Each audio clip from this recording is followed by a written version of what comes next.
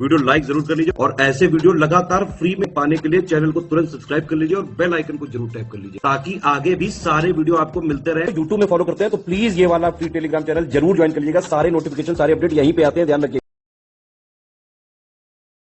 Good morning everyone. आज अपनी date हो गई है 11 दिसंबर और 11 दिसंबर के इम्पोर्टेंट आर्टिकल्स को स्टार्ट करते हैं। देखते हैं क्या क्या चीजें हमसे पूछी जा सकती हैं। ये है हमारा पेड ग्रुप।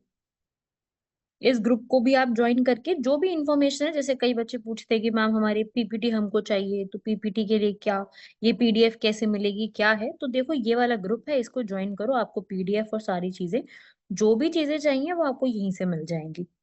और साथ ही साथ ये टेलीग्राम चैनल भी है हमारा, इस पे ज्वाइन करोगे तो सारी अपडेट्स यहाँ पे भी आती जाएंगी। बाकी ये है हमारे आज के इम्पोर्टेंट आर्टिकल, क्योंकि कल संडे था और संडे को हमारी जो पीपीटी जो वीडियोस है वो आती नहीं है, तो थोड़े से आज के जो करंट अफेयर्स हैं वो थोड़े से ज्यादा हैं। ठीक है, कोई दिक्कत नहीं, हम लोग बहुत डिटेल में कवर अप करेंगे। जैसे सबसे पहला दीनदयाल अंत्योदय योजना के बारे में, ऑयल और गैस की फर्म्स की प्रतिज्ञा, एक्सपोसैट, वर्ल्ड बैंक, अमेरिका द्वारा भारत पे जो आरोप लगाए गए हैं, GIAN स्कीम और ऑकस की मीटिंग, बड़े इंपॉर्टेंट आर्टिकल्स हैं। और जैसे इसमें जितने भी इंपॉर्टेंट आर्टिकल्स है ना, ये सारे प्रीलिम्स के लिए भी जरूरी हैं। जैसे अगर मैं बात करूं दीनदयाल अंत्योदय योजना की, अब ये दीनदयाल अंत्योदय योजना बड़ी जरूरी है पढ़ के जानी, क्योंकि दीनदयाल उपाध्याय के नाम से ही इस योजना को शुरू किया गया है। ठीक है, अंत्योदय का अर्थ होता है कि आप उनको स्किल्स की हेल्प से, फूड की हेल्प से, जो वहां के लोग हैं उनको ट्रेनिंग प्रोवाइड कर रही हैं। तो यहाँ पर सरकार ने असल में अंत्योदय योजना के लिए जो है 500 करोड़ रुपए ऑलरेडी सैंक्शन किए हुए हैं। ठीक है, अब ये इसका काम बेसिकली क्या था कि भाई जितने भी हमारे स्किल पीपल हैं उनको और ज्यादा ट्रेनिंग दे। तो अभी सेंट्रल गवर्नमेंट ने ये डिसाइड किया है कि 15,000 से ज्यादा और वुमेन्स को यहाँ पर बेटर बनाया जाएगा। उनको ड्रोन किसानों को जो है कृषि का काम सिखाना, कीटनाशक का सिर्फ चीजें सिखाना, ये सब चीजें जो है वो दिखाई जाएंगी, सिखाई जाएंगी। ठीक है, और इसके अंदर जो है ड्रोन का उपयोग आर्थिक रूप से संभव हो पाएगा। तो इस तरीके से जो है इस स्कीम के तहत और एक्सटेंड की गई है हेल्प। अगर मैं बात करूं दीनदयाल अंत्योदय योजना, ये जो है असल में रूरल एरियाज में 2011 में स्टार्ट की गई थी। स्वर्ण जयंती ग्राम स्वरोजगार योजना के का नाम चेंज करके दीनदयाल अंत्योदय योजना कर दिया गया। ठीक है, इसका मेन काम था कि जितने भी हमारे रूरल एरियाज हैं, जितने भी हमारे ग्रामीण क्षेत्र हैं, वहां पर क्या करेंगे, वहां पर जितने भी ठेले लगाने वाले वेंडर्स, शेल्टर्स वाले, जिनके पास घर नहीं है उनको घर की प्रोवाइड करवाएंगे। और 1 मिलियन पीपल को, मतलब 10 लाख करीब लोगों को ट्रेनिंग प्रोवाइड देंगे 2017 तक। ये इसका पूरा ऑब्जेक्टिव था। असल में इसका नाम क्या था, स्वर्ण जयंती ग्राम स्वरोजगार योजना, और ये वाली योजना शुरू हुई थी 1999 में। फिर इसका नाम 2015 में चेंज कर दिया गया। मतलब असल में नाम 2 बार चेंज हुआ है। पहले क्या हुआ, स्वर्ण जयंती ग्राम स्वरोजगार योजना, फिर इसका नाम हुआ नेशनल रूरल लाइवलीहुड मिशन, फिर फाइनली इसको DDU मतलब दीनदयाल उपाध्याय अंत्योदय योजना के नाम से जाना गया है। ठीक है, तो इस तरीके से ये एक पूरी योजना है और ये पूरा रूरल एरियाज को कवर करेगी। 7 करोड़ की पॉपुलेशन को रीच करने का इनका ऑब्जेक्टिव है। आप यहाँ पढ़ सकते हो, 600 जिले, 6,000 ब्लॉक, 2.5 लाख ग्राम पंचायत, 6 लाख गांव तक इसको विस्तारित करने का प्रोजेक्ट है, जिसमें अपने खुद के सिद्धांत हैं कि जितने भी गरीब लोग हैं उनकी अक्षमता को क्षमता में बदलना, उनके लिए एक बहुत ही अच्छा इंस्टीट्यूशन तैयार करना और उनको एक संवेदनशील समर्थन संरचना की आवश्यकता देना। तो ये सब चीजों को स्टार्ट करते हुए इस पूरे को दिया गया था, जिसमें जो हमारा पैसा होगा वो कितना कितना रहेगा। यहाँ पर जो है ड्रोन की कुल लागत का जो 80% है वो यहाँ पर कौन देने वाला है, सेंटर से यहाँ पर पैसा पूरा मिलने वाला है। SHG जो है यहाँ पर वो 18 से अबव जितने भी होंगे उनको 15 दिन की ट्रेनिंग दी जाएगी। ड्रोन पायलट का वो दिया जाएगा एक सर्टिफिकेट, 10 दिन का ट्रेनिंग सेशन और दिया जाएगा, जहां पर वो इन सब चीजों पे ध्यान देके करवा सकते हैं, एक मैकेनिक और एक असिस्टेंट की तरह। और ड्रोन पायलट जो होगा, जो ड्रोन को चला रहा होगा, उसको 15,000 रुपये और को पायलट को 10,000 रुपये का यहाँ पर जो है मानदेय दिया भी जाएगा। तो इस प्रकार से दीनदयाल अंत्योदय योजना जो है उसमें पूरा एक तरीके से ड्रोन योजना है, ड्रोन योजना भी कह सकते हैं, ड्रोन पायलट की तरह एक तरीके से है ये। ठीक है, 10 लाख की जो लागत है वो सरकार, सेंट्रल गवर्नमेंट ही यहाँ पर देने वाली। ठीक है, ड्रोन्स दिए जाएंगे, विमेन के जितने भी सेल्फ हेल्प ग्रुप हैं उनको ड्रोन्स की जो है वो मदद सरकार द्वारा मिलेगी, और फिर उस मदद से वो लोग आगे अपना और काम करना, और उनको एक तरीके से असिस्टेंस मिलेगी, और उनको एक सस्टेनेबल सोर्स ऑफ इनकम भी रिसीव होगा यहाँ से। तो आप समझे इस बात को, इस पूरे कॉन्सेप्ट को क्लियर हुआ आपको? इसी प्रकार से हमारा सेकंड है कि भाई मेजर ऑयल और गैस फर्म्स ने प्लेज लिए, क्योंकि अभी सीओपी जो है 28 वाला कंप्लीट हुआ, आपको बताया मैंने।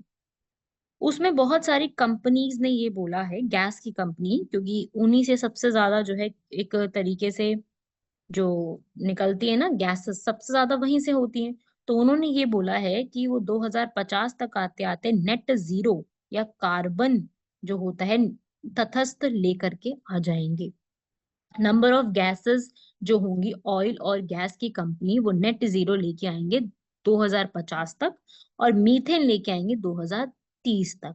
पहली बार ऐसा हुआ है कि किसी तेल और गैस की कंपनियों ने ये प्लेज लेकर के इतनी बड़ी बात कही है, क्योंकि जितना भी हमारे पूरे वैश्विक स्तर पे जितना भी ये चीजें होती हैं उसमें से उसका 15% का योगदान इन्हीं का रहता है। ये सारी बातें पेरिस अग्रीमेंट 2015 से शुरू हुई थी, आप पढ़ सकते हो, जो कि सब पे लीगली बाइंडिंग है, सबने यहाँ पर एक्सेप्ट किया था 12 दिसंबर 2015 को, उसको भी यहाँ पर जो है उसके भी सालगिरह है यहाँ पर।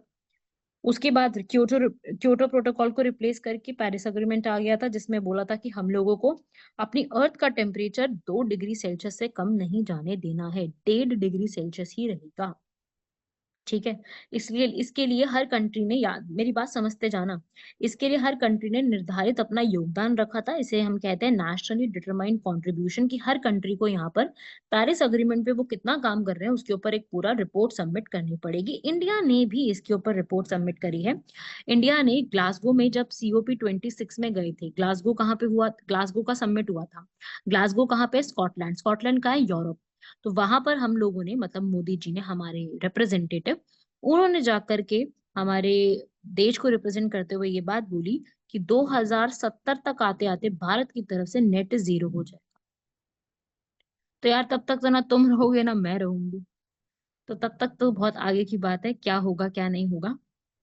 पर ये हम लोगों का एक प्रण है, और वो प्रण हमें पता होना चाहिए। तो COP28 जो कि दुबई UAE में हुआ है, दुबई की कैपिटल नहीं है यूएई, ये सॉरी, यूएई की कैपिटल नहीं है दुबई। ठीक है, UAE कंट्री है, यूनाइटेड अरब एमिरेट्स। बहुत से बच्चों को यही नहीं पता कि दुबई एक कंट्री नहीं है, दुबई एक कंट्री नहीं है, कंट्री है UAE, उसमें आती है एक सिटी दुबई। UAE की कैपिटल क्या है, अबू धाबी। तो डिफरेंस है दोनों चीजों में, इसको याद रखना, अलग अलग चीजें हैं। क्योंकि दुबई का नाम इतना फेमस है इंडिया के अंदर कि सबको लगता है कि दुबई तो एक सेपरेट कंट्री ही हो गई है, जबकि ऐसा नहीं है। तो COP28 के बारे में आपने अभी तक मेरे साथ काफी सारी चीजों को स्टडी कर लिया है, जिसमें मैंने आपको ये भी बताया कि अभी इन्होंने गैस कंपनीज ने ये बोला। दूसरा मैंने आपको ये भी बताया कि यहीं पर ही लॉस्ट और डैमेज फंड के ऊपर अप्रूवल मिल गया है, याद है, लॉस एंड डैमेज फंड भी मैंने आपको कवर अप करवाया होगा, तो उसको भी यहाँ पर अप्रूवल मिल चुका है। ठीक है, और साथ ही साथ वही बातें हुई हैं कि हम क्लाइमेट चेंज को कैसे कम कर सकते हैं, धीरे धीरे और बातें निकल के आएंगी। ये पूरा 30 नवंबर से लेके 12 दिसंबर तक है, तो अभी कल का दिन और चलेगा ये। इसके जो प्रेसिडेंट हैं अभी, जो पूरा संभाल रहे हैं, वो है सुल्तान अल जबेर। एक्सपो सिटी है दुबई की, वहां पे इस पूरे को कंडक्ट किया गया बहुत ही खूबसूरत तरीके से। ठीक है, ये सुल्तान अल जबेर कौन है, ये है Abu Dhabi national oil company के CEO। ठीक है, और कई बार इन जबेर को बोला गया कि भाई आप अपनी पोजीशन खाली करो, काफी प्रॉब्लम्स आई थी, क्योंकि तेल का सिस्टम यहीं से होता है, तो काफी सारे इश्यूज भी यहाँ पर हमें देखने को मिले हैं हाल फिलहाल में। तो फिलहाल तो यही चीज है।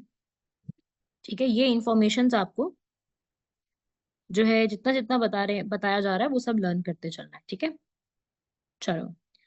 अगला आता है एक्सपोसैट। क्यों? क्योंकि अभी हमारी इसरो, जिसको आप जानते हैं बहुत अच्छे से, इसरो ने यहाँ पर पहली एक्सरे पोलरीमीटर सैटेलाइट को बोला है ताकि एक्सरे सोर्सेस को और अच्छे से इन्वेस्टिगेट किया जा सके। इसरो ने इसके ऊपर बात कही है। ये PSLV Satish Dhawan space centre Sriharikota से लॉन्च की जाएगी। इसरो ने पहली बार ऐसी कोई सैटेलाइट का लॉन्च करने का बोला। इसरो कितने सारे प्रोजेक्ट्स कर रही है ना। कितने सारे हम लोग पढ़ लिए, हमने चंद्रयान के बारे में पढ़ा, हमने पढ़ा निसार सैटेलाइट के बारे में, मैंने आपको आदित्य L1 मिशन बताया जो कि सन की स्टडी के लिए बनाया गया है। फिर मैंने आपको यहाँ पे बताया जो शुक्रयान, यस, शुक्रयान वीनस की स्टडी के लिए,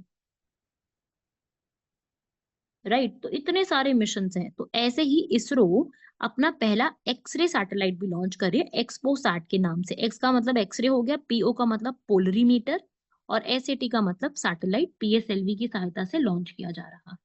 समझिए।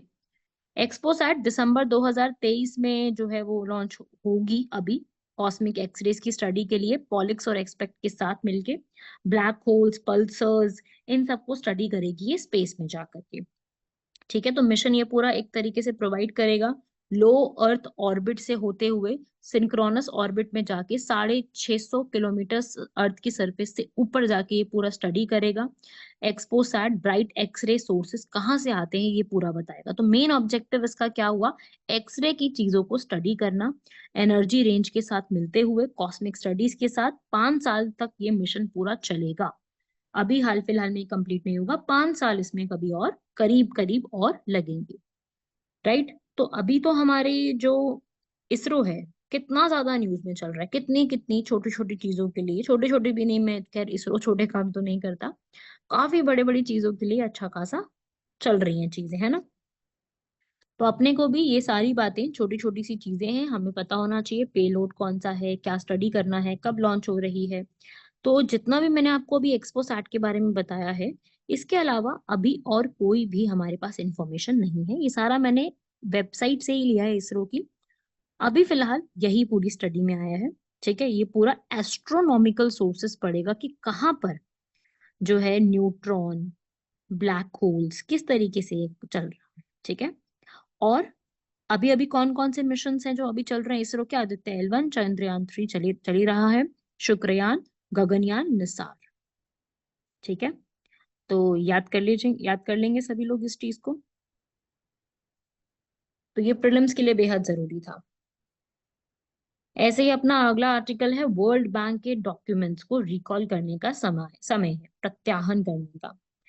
यहाँ पर इन्होंने एक रिपोर्ट निकाली है, progress on sanitation in rural area, ग्रामीण भारत में स्वच्छता पर प्रगति, जिसमें ये बताया गया है, रूरल इंडिया पे स्पेशली निकाली है, तो ये बताया कि 2018 से किस तरीके से भारत में क्या क्या रूरल एरियाज में चल रहा है, मतलब सैनिटेशन में क्या सिचुएशन चल रही है भारत, क्या यहाँ पर बेटर हुआ है, क्या यहाँ पर टॉयलेट का यूसेज लोगों ने करना शुरू किया है, कम कर दिया।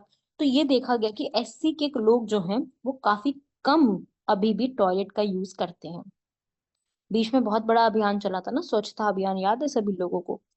हम लोगों ने तो देखा है ना वो टाइम, स्वच्छता अभियान किस तरीके से, कितना बढ़िया तरीके से चला था। और टॉयलेट्स ऐसे बनाए गए थे, इतनी जबरदस्त स्केल पे बनाए गए थे। तो वही चीज है कि इसका ही दोबारा से रिकॉलिंग करने में हम हैं, देख रहे हैं दोबारा से। तो उन्होंने यहाँ पर रिव्यू करना स्टार्ट करा और उन्होंने पूरा अप्रूवल लेने के बाद सारी बातें चेक करी कि भाई अब उन्होंने, मेन बात ये है, कागजात को सार्वजनिक करने से पहले आवश्यक आंतरिक स्वीकृति नहीं ली गई थी वर्ल्ड बैंक द्वारा। ठीक है।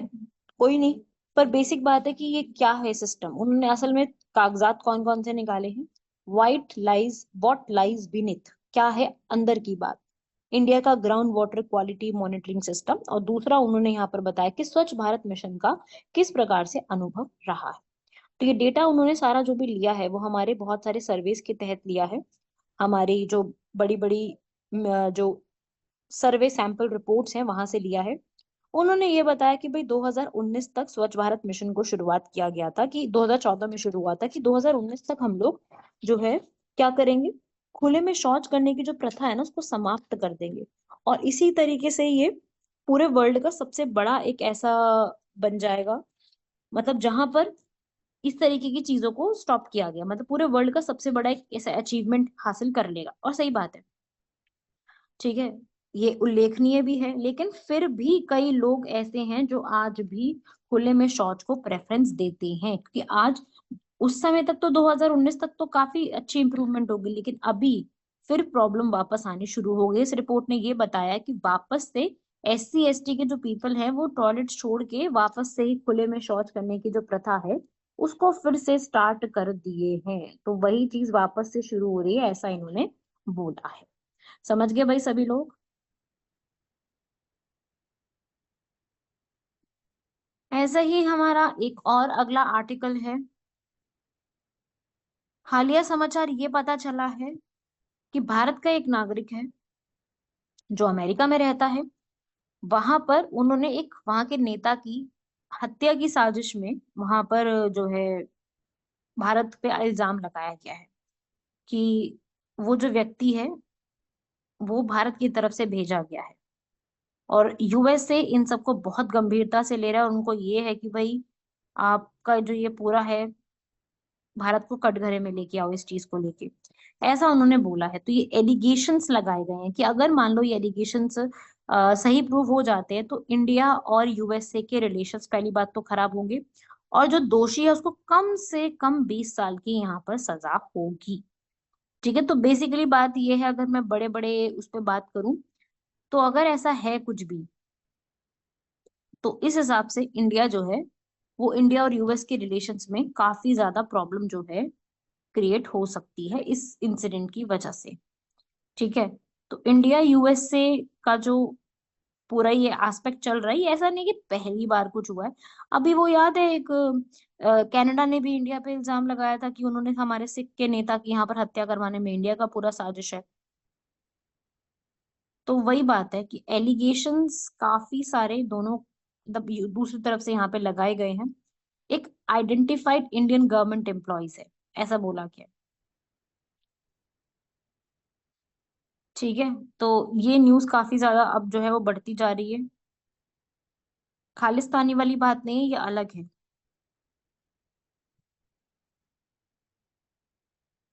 ये आप रीड कर लो ये वाला सारा। तो वही, अगर ऐसे कंसर्न्स ऐसे बढ़ते गए तो बेसिक बात ये है कि अपनी छवि जो है पूरे वर्ल्ड में खराब होती है। अपनी छवि बहुत अच्छी है पूरे वर्ल्ड में, बहुत अच्छी रेपुटेशन इंडिया ने गेन की हुई है हर एक एस्पेक्ट में, तो वो यहाँ पर जो है वो काफी ज्यादा खराब हो जाएगी। वो जो, वो एक पर्सन है जो यहाँ पर बोला गया है, वो एक गुप्ता करके पर्सन है जिसपे ऐसा पता गया है। ऐसा बोला है कि भाई जो वहां के केसेस की जो स्टडी करते हैं डिपार्टमेंट ऑफ जस्टिस वाले, उन्होंने बोला कि Gupta should be prepared for the worst and so should be the Modi government, ऐसा उन्होंने एक लाइन बोली है। ठीक है, तो इस तरीके से ये काफी ज्यादा न्यूज में उन्होंने ये बात भी बोल दी कि भाई PM जो है कनाडा के जस्टिन ट्रूडो, उन्होंने भी जो बोला है कि कनाडा में जो हत्या हुई थी खालिस्तानी की, तो वो भी इंडिया में उसका हाथ है। तो इस तरीके से काफी सारे एलिगेशंस बढ़ते जा रहे हैं। ठीक है, तो अमेरिका में ये चीजें पब्लिक जो है ना, वहाँ की जो न्यूज़पेपर्स में ये छप रहा है, वो काफी ज्यादा छप रहा है इन चीजों के बारे में। तो वही है कि हमारे ये सारे मैसेजेस CIA के डायरेक्टर, CIA के डायरेक्टर और R&AW जो हमारी रिसर्च एंड एनालिसिस विंग के रॉ, उनसे भी मीटिंग्स हुई हैं। CIA के डायरेक्टर है आई थिंक निकोलस बर्न्स, वो आए थे यहाँ पर रॉ के हेडक्वार्टर्स में उनसे मिलने के लिए। रवि सिन्हा नाम है उनका। तो इन्होंने काफी सारी बातें कही इसके ऊपर, और इसमें हमारा हाथ नहीं है, इसके ऊपर भी हमने बोला है। तो हाँ, मुझे उनका नाम याद आ गया, वो गुप्ता है, निखिल गुप्ता, वो बात थी। निखिल गुप्ता ने जो है सीनियर इंटेलिजेंस ऑफिशियल मास्टरमाइंड बोला है, कि ऐसा बोला है कि उन्होंने ही खालिस्तानी एक्टिविस्ट है गुरपंत कौर पन्नू, उनकी यहाँ पर जो हत्या हुई है उस पे उनका हाथ है। तो इस तरीके से काफी सारे प्लान्स यहाँ पे बोले गए हैं। बाकी अगर इंडिया US की मैं बात करूँ तो रिलेशंस बहुत अच्छे हैं, बुरे नहीं है रिलेशंस, पर वही है कि प्रॉब्लम्स अगर आएंगी तो क्या रिलेशंस भी तब क्या कर लेंगे। ठीक है भाई, अगला देख लो, एक और initiative, global initiative of academic network, GIAN scheme. Government जो है इसको पहले से दोबारा लॉन्च कर रही है, ज्ञान स्कीम भी कह सकते हो इसको। और GIAN करके भी पढ़ सकते हो। ठीक है भाई। तो इस तरीके से ये जो पूरी एक स्कीम है, पहले तो इसकी फुल फॉर्म आपको पता होनी चाहिए। Global initiative of academic network. हमारा अब देखो एकेडमिक है तो कौन सी मिनिस्ट्री ने लॉन्च किया होगा? ऑब्वियसली सी बात है, हमारी एजुकेशन मिनिस्ट्री ने। लेकिन जब ये सबसे पहली बार लॉन्च हुआ था 2015 में, तब एजुकेशन मिनिस्ट्री का नाम क्या हुआ करता था? Ministry of human resource development, तब ये नाम था। ठीक है, इस बार इस लॉन्च में काफी और नए इनिशिएटिव्स हैं, नए नए यहाँ पर। होता क्या है इसमें, यहाँ पर ग्लोबल है ना, तो जो हमारे फॉरेन टीचर्स हैं, फॉरेन एक्सपर्ट्स हैं, वो इंडियन स्टूडेंट्स को यहाँ पर डिफरेंट डिफरेंट सब्जेक्ट्स में जो एक्सपर्टीज रखते हैं उसके बारे में सिखाएंगे। ठीक है, तो इंटरनेशनल फैकल्टी को इंडिया के एकेडमिक इंस्टीट्यूट्स, IITs, IIMs में आके पढ़ाने की एक अपॉर्चुनिटी मिलेगी, ताकि हमारे यहाँ पर एक बहुत अच्छा कोर्स भी डेवलप हो सके और हमारे एक्सपोजर भी बहुत बढ़िया हो सके। इससे ना एक्सपोजर को भी बहुत फायदा मिलेगा।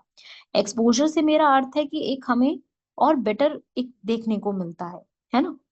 अब वही है कि आप अगर ज्ञान स्कीम में भाग भाग लेना चाहते हो तो आप हमारे इंडियन इंस्टीट्यूट्स के फैकल्टी मेंबर्स हो, साइंटिस्ट हो, एंटरप्रेन्योर हो, वहां पे आके आप फायदा ले सकते हो। सरकार ने इसके ऊपर फॉरेन फैकल्टी का पूरा उनका आने जाने का खर्चा, उनको सैलरी देना, उनका एकोमोडेशन देखना, उसके लिए सरकार ने करीब करीब 126 करोड़ रुपए सैंक्शन किए हैं। मतलब कि अगर एक फॉरेन फैकल्टी भारत में आती है तो उसको करीब $8,000 एक हफ्ते पढ़ाने के लिए, और 2 हफ्ते पढ़ाने के लिए $12,000। अगर मैं इसका हिसाब लगाऊं तो देखो भाई, एक हफ्ते के एक फैकल्टी को 7 लाख रुपए इंडिया के रुपए के हिसाब से, और 2 हफ्ते के लिए 12 लाख रुपए जो है यहाँ पर दिए जाएंगे। ठीक है, तो इस तरीके से ये सारी जो है एक स्टार्ट किया गया हमारी मिनिस्ट्री ऑफ एजुकेशन। तो एजुकेशन के बारे में याद रखिएगा, ये 2020 और 2021 में भी सवाल आया था। क्वेश्चन 2020 में जो मेंस में था वो भी ऐसा ही था कि इंडिया के डिजिटल इनिशिएटिव्स हमारे एजुकेशन सिस्टम को कैसे बेटर बना पाए हैं। मतलब कि डिजिटली अगर सरकार ने कुछ भी चीजें स्टार्ट करी हैं तो उसका हमें, हमारे जो एजुकेशन सिस्टम है उस पर क्या फायदा पड़ा है। तो आप जब भी इस आंसर को एक्सप्लेन करोगे, 2020 में पूछा गया मेंस का क्वेश्चन है, तो अब आप इस ज्ञान स्कीम के बारे में भी लिख सकते हो, क्योंकि ये एक ऐसा ही इनिशिएटिव है, डिजिटल भी है ये वाला, और इसमें पढ़ाई डिजिटल तरीके से ही होगी। डिजिटल भी है और फॉरेन फैकल्टीज भी आ रही है, तो एक नया सिस्टम है बेसिकली। ठीक है, तो इस तरीके से ये सिस्टम को दिमाग में रखिएगा, जरूर जरूर इसको भी पूछे जा सकते हैं। लास्ट आर्टिकल भी देख लेते हैं। ऑकस की मीटिंग कैलिफोर्निया USA में हुई है।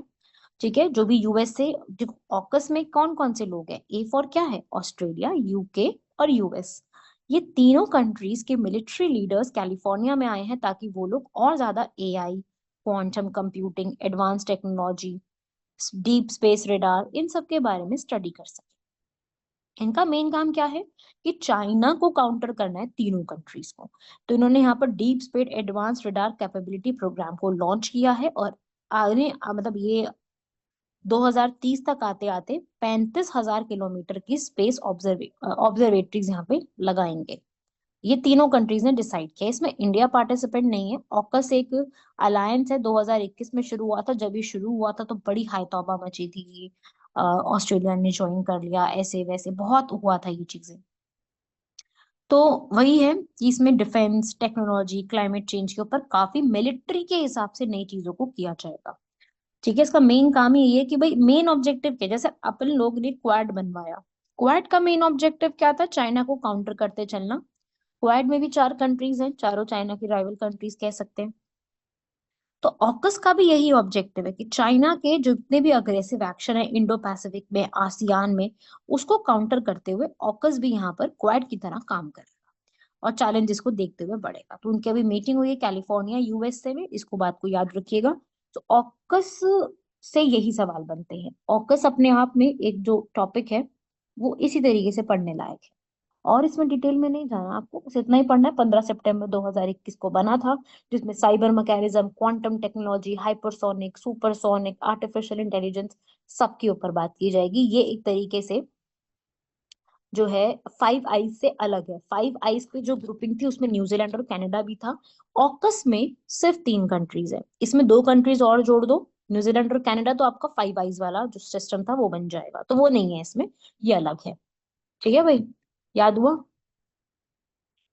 और इसकी वजह से ही इसमें, जब ये असल में न्यूज सबसे ज्यादा तब बढ़ी थी जब ऑस्ट्रेलिया ने यूके का सपोर्ट ले लिया अपनी सबमरीन्स को तैयार करने में। असल में उन्होंने अग्रीमेंट किया हुआ था फ्रांस के साथ कि वो सबमरीन की जो एक सबमरीन होती है ट्रेडिशनल वाली, वो फ्रांस से लेगी, डील साइन कर रखी थी, लेकिन उन्होंने उस डील को ब्रीच करके कहाँ चले गए, यूके के पास, और ऑकस बना ली। तो उनसे उनकी जो डील थी ना वो चली गई, तो फ्रांस इसकी बात से बहुत खफा था कि इस तरीके की डील आपने हमसे तोड़ दी और आप यूके की तरफ रुख कर गए। ये बड़ा ज्यादा न्यूज में चल रही थी बात। ठीक है, याद आया कुछ जब पढ़ा होगा आप लोगों ने इसके बारे में, तब था ये चीज न्यूज में बहुत ज्यादा। चलो आज के क्वेश्चन देख लो। सुप्रीम कोर्ट के जजेस ने जो यहाँ पर अभी तमिलनाडु के एरिया में जो मंदिर में, टीएन के टेम्पल्स में जो अपॉइंटमेंट्स की जाती है उसके ऊपर बात की गई है।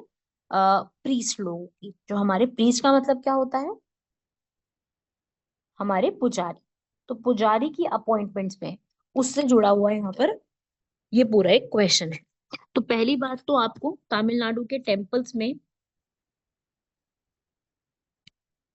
ये पता होना चाहिए कि ये अर्चका शब्द का मतलब क्या है। अर्चका मतलब होते हैं टेम्पल में पुजारी। ठीक है, तो वही यहाँ पे बात है कि टेम्पल के पुजारी जो हैं उनकी किस तरीके से अपॉइंटमेंट होगी, अर्चका का मतलब ही यही होता है। ठीक है, तो वहां से ये शब्द निकल के आया है। जो परफॉर्म की जाती है अर्चका, यजक और अर्चका होता है। यज्ञ, यजक, यजक का मतलब क्या होता है, याजक का अर्थ होता है सैक्रिफाइस करना, और जो सैक्रिफाइस में मदद कर रहा है। और अर्चक होते हैं जो कि असल में पूरा परफॉर्म करवा रहे होते हैं। ये शब्द बहुत पुराने जमाने से चलते आ रहे हैं, और तभी वहां से ये अर्चका शब्द निकल के आया है। तो यहाँ पर सुप्रीम कोर्ट ने क्या डिसीजन दिया है, इसके ऊपर क्या प्रोसेस रहेगा, उसको हम लोग देख लेते हैं। सुप्रीम कोर्ट ने ये बोला है कि आगामिक ट्रेडिशन जो चलता आ रहा है उसी परंपरा पर ये चीजें चलेगी। ठीक है, ये बोला गया है पहला तो देखिए भाई, सही लिखा हुआ है। उन्होंने बोला जैसे चल रहा था वैसे ही चलेगा, यथास्थिति बनी रहेगी। तमिलनाडु के मंदिरों में अर्चक जो पुजारी होते हैं उनकी नियुक्ति वैसे के वैसे ही रहेगी जैसे हमेशा होती है। ठीक है, जो तमिलनाडु के आगम है उसी के हिसाब से चीजें चलेंगी। असल में तमिलनाडु की सरकार ने ये काफी बड़े बोले थे कि भाई काफी सारे नॉन बिलीवर्स को, जो मानते नहीं है, उनको अर्चक के रूप में अपॉइंट किया जा रहा है। तो आगम्स जो तरीका है उसके हिसाब से नहीं किया जा रहा। ठीक है, तो यहाँ पर यही बात बोली गई कि कुछ नहीं है ऐसा, जो चल रहा है वैसे ही चलेगा, कुछ भी यहाँ पर ऑर्डर वगैरह कुछ नहीं लगेगा, सब कुछ जैसा है उसी हिसाब से चलता रहेगा। ठीक है, रिट पिटिशन फाइल हुई थी उसकी वजह से आया है।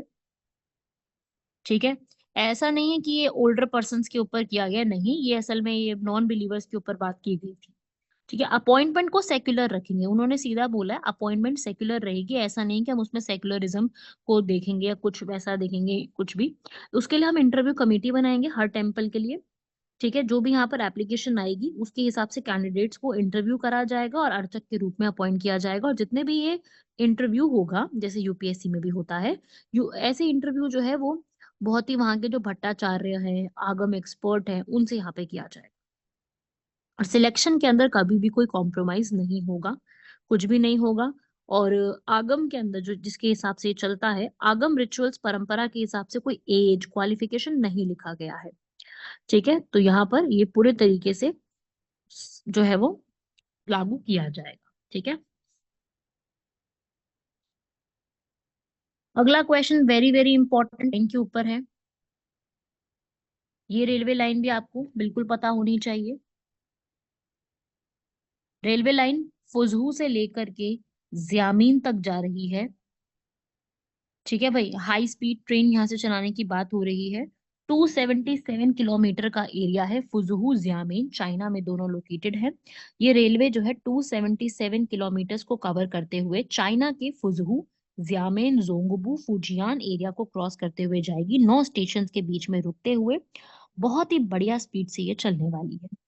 तो ये एक रेलवे लाइन है जो कि चाइना की है, इसको भी दिमाग में रखिएगा। ठीक है। तो चाइना ने यहाँ पर अगस्त 2023 में इसको स्टार्ट करते हुए फुजियान के बारे में, ताइवान स्ट्रेट के पास लोकेटेड, इसके बारे में डिस्कशन कई बार होती है। ठीक है। हाई स्पीड ट्रेन है, इसलिए आपको ये पता होना चाहिए। ठीक है। फास्टेस्ट बोला गया है इसको कि फास्टेस्ट ट्रेन के रूप में ये चल रही है, जिसकी स्पीड करीब करीब 350 किलोमीटर। 350 किलोमीटर बहुत अमाउंट होता है भाई। तो इस तरीके से ये पूरी एक 350 किलोमीटर क्रॉस सी करके हाई स्पीड रेलवे स्टार्ट की गई है। ठीक है भाई, इंफॉर्मेशन को याद रखिएगा। ऐसे ही हम लोगों का अगला एक कैंपेन है जो कि यूएन ने स्टार्ट किया है, फुंगा कैंपेन। ठीक है। यूएन का फुंगा कैंपेन क्या चीज है? असल में कुछ नहीं है, जो हम वर्ड बोलते हैं ना, फ्लोरा एंड फोना, प्लांट्स और एनिमल्स, इन प्लांट्स एनिमल्स को कंबाइन करके उन्होंने फुंगा बना दिया। तो यूएन का फ्लोरा और फोना का, प्लांट्स और एनिमल्स का इकट्ठा करके, फ्लोरा हो गया प्लांट्स, फोना हो गए एनिमल्स, मिला करके उन्होंने बोल दिया यहाँ पर फुंगा। ठीक है। तो ये शब्द निकल के आया फुंगा, जिसमें सब आ जाएगा, animals, plants, protista, bacteria kingdom, you bacteria, सारी बायोलॉजी की किंगडम्स वगैरह सब इंक्लूड हो जाएगा। ठीक है। तो मिक्स करके ये चीज आ गई। तो अब वही है कि इनका जो ये फुंगा कैंपेन आया है, तो यूएन के फुंगा कैंपेन का यहाँ पर क्या प्रभाव पड़ेगा, उन्होंने जो बायोडाइवर्सिटी को यहाँ पर बोला है, तो उसमें क्या अच्छी बातें इन्होंने कही है, तो वो आपको बताना है। सबसे पहले तो मैं आपको बता दूं, फुंगा का मतलब आपको समझ में आ गया है ना?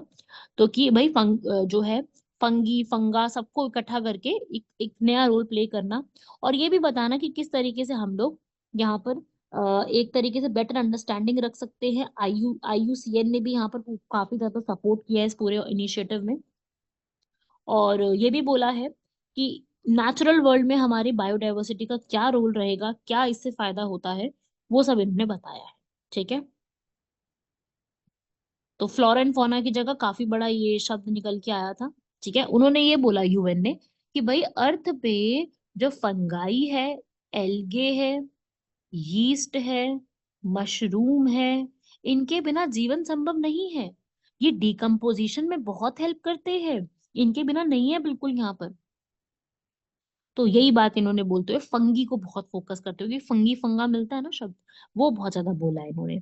इन्होंने बोला है कि भाई फंगी जो है उसके ये क्या हेल्प करते हैं, हमारी फंगल कंजर्वेशन पे हेल्प करो, इस पे रिसर्च और ज्यादा करो, एजुकेशन और ज्यादा लेकर के आओ, थोड़ा अपनी जितनी भी पॉलिसीज बनाते हैं, कैंपेन्स बनाते हैं, चीजें बनाते हैं, उस पूरे पे फोकस करना शुरू करो। तो सस्टेनेबल डेवलपमेंट पे काफी ज्यादा हेल्प करने के लिए इन्होंने पूरी बातें कही है। तो क्लियर हुआ यहाँ पर कि फंगा कैंपेन क्या चीज है। कई बच्चों ने पहली बार सुना होगा, लेकिन मैंने अपने वीकली करंट अफेयर्स में तो देखो इसको कवर करवाया था। अगर आपने नहीं पढ़ा है तो देखो ये आपकी गलती है। मैंने अगस्त सितंबर के वीकली करंट अफेयर में इसको कई बार जिक्र इसका किया है। तो आपसे तो देखो मेरी यही एक गुजारिश है कि वीकली करंट अफेयर को ना छोड़े, जिसमें सारे के सारे नवंबर मंथ के वीकली करंट अफेयर अपलोड पहले ही हो चुके हैं। तो अगर आप उसको पढ़ सको तो बहुत अच्छी बात है, बहुत हेल्प मिलेगी आप लोगों को। ठीक है। चलो कंप्लीट हुआ यहाँ तक, मिलते हैं आप सभी लोगों से अगले लेक्चर में। तब तक के लिए धन्यवाद, शुक्रिया, जय हिंद।